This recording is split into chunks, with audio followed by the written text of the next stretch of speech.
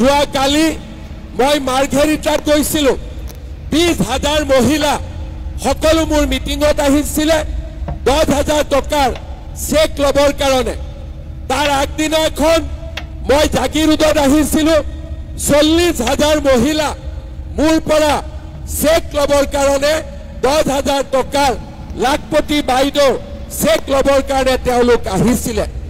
তাৰ আগদিনাখন মই নলবাৰীত আছিলোঁ নলবাৰীতো 40,000 মহিলা তেওঁলোকে মোৰ মিটিঙত আহিছিলে আৰু আমি 10,000 টকাকৈ চেক বিতৰণ কৰিছিলোঁ আমাৰ 17 ছেপ্টেম্বৰ তাৰিখে অসমৰ 40 লাখ মহিলাই অৰুণোদয় আঁচনি লাভ কৰিব শ্ৰদ্ধা ৰাইজ মই এনেই কোৱা নাই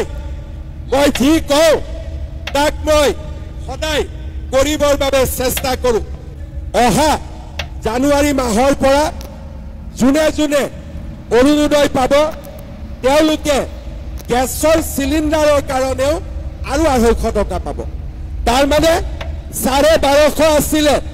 এতিয়া 1500 হ'ব ৰেচন কাৰ্ডত ইমান দিনে আমি অকল চাউল দিছিলোঁ 1 নৱেম্বৰৰ পৰা চাউলৰ লগতে ৰাইজে চেনিও পাব দালিও পাব নিমখো পাব কাৰ কাৰ ৰেচন কাৰ্ড আছে হাত দাঙক বঢ়িয়া চাউলৰ লগত দালি নিমখ আৰু চেনি পালে ভাল লাগিব নে নালাগিব লাগিব নে নালাগিব কোনে দিব পাৰিব বেলেগ পাৰ্টিয়ে দিব পাৰিব নেকি বেলেগ পাৰ্টিয়ে অৰুণোদয় দিব পাৰিব বেলেগ পাৰ্টিয়ে লাখপতি বাইদেউ দিব পাৰিব সঁচাই কৈছে নে এনে কৈছে সঁচাই কৈছে বেলেগ পাৰ্টিয়ে ভিচিডিচি ভাঙিব পাৰিব কোনে পাৰিব ভোট কাক দিব লাগিব মামাক ভোট দিব লাগিব নে নালাগিব লাগিব সঁচাই কৈছেতো আমি এটাই কথা কৈছো বিপিএফও আমাৰ শত্ৰু নহয় ইউপিপিএলও আমাৰ শত্ৰু নহয় কিন্তু ভোট আমি পদুম ফুলত দিম হ'ব না নাই